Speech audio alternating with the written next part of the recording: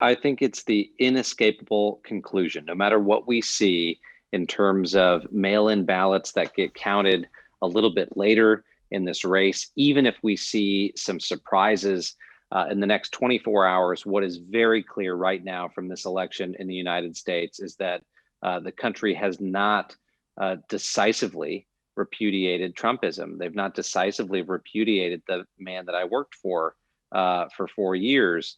And I think that's the big surprise and takeaway from this election is most projections showed that there was going to be a clearer Joe Biden win, and that's simply not the case at this point. And what is the reason for that?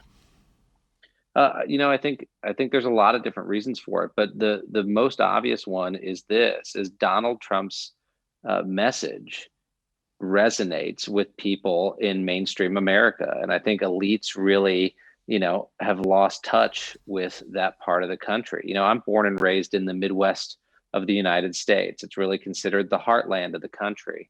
And it's a place that 4 years ago, when Hillary Clinton lost, people said the reason that she lost is because her campaign didn't connect with those voters.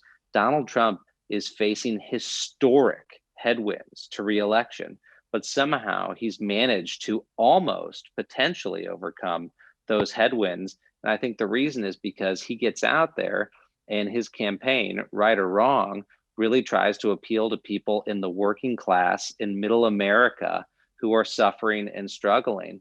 And that's a broader statement on where we're at in this country with our politics, with social media, with economics, but most importantly, with political polarization. So I think there's going to be a lot of lessons learned. Even if Joe Biden wins, there'll be an intense focus on why this election was so close.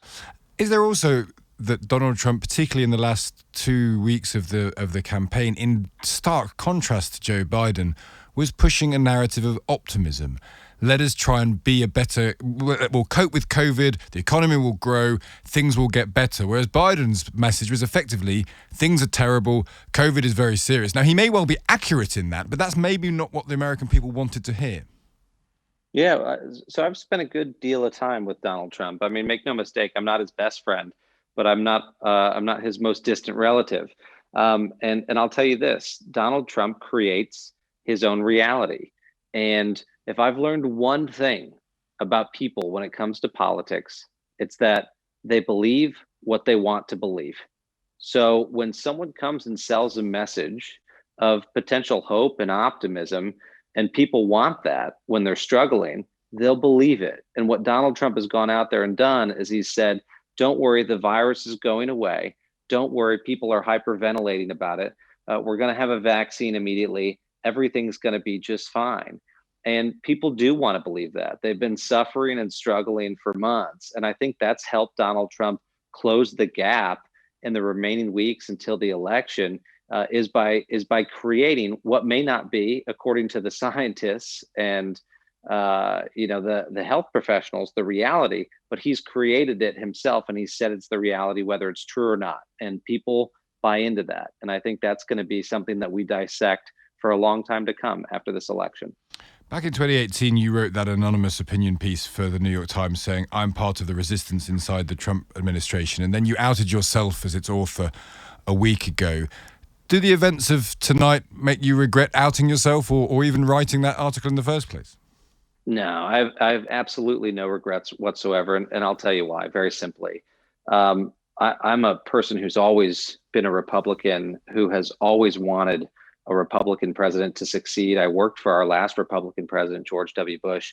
I was proud to go into an administration where we were going to hopefully advance Republican policies, but I saw Donald Trump up close, and quite frankly, he's a man of very poor character. And what worried me was the damage he was doing to our democratic institutions. So when I look back at that piece, even if Donald Trump wins re-election, I've got no regrets because I just don't think he's qualified to be in the office that he's in. But don't take it from me. What's unprecedented about this election, and unprecedented in American history, is this president's former chief of staff, secretary of state, secretary of defense, communications director, national security advisor, and other top officials have all repudiated his character and his record. We've never seen anything like that in American politics. So that will be one more reason, if Donald Trump does win re-election, that it would be extraordinary that so many of his former top lieutenants have rejected him, that he would still be able to overcome that. And if he does pull off this surprise, this shock in the face of the polls, will you be able to, as a Republican, get behind him for a second term? Think that actually he could do some good things in office for 4 more years? Well, look, as a person, no, I'll never be able to get behind him. I genuinely believe that the president has made America less safe, and the things that he wants to do in a second term will make America less safe. What I will be able to get behind is I'll be the first person in the United States of America encouraging fellow Republicans to go serve in the Donald Trump administration so that they give him good advice, so that they try to keep the administration on the rails, and importantly, that they try to help maintain our international alliances. That's one of the things I'm most worried about. I'm very concerned, based on what I heard Donald Trump say when I was there in the administration, is that he wants to peel away from our traditional alliances around the world and associate the United States with some of our adversaries like Russia and China. So I hope that good people will go into the Trump administration in a second term if he gets reelected, and help make sure that he doesn't do that, and that he sticks to American values when it comes to defending democracy and freedom abroad. Just finally, you talk about writing in the New York Times. Will there be another post-mortem? There probably should be a post-mortem irrespective of who actually ends up as the president, because the polling, it would look like, as we were talking this morning, feels out a long way.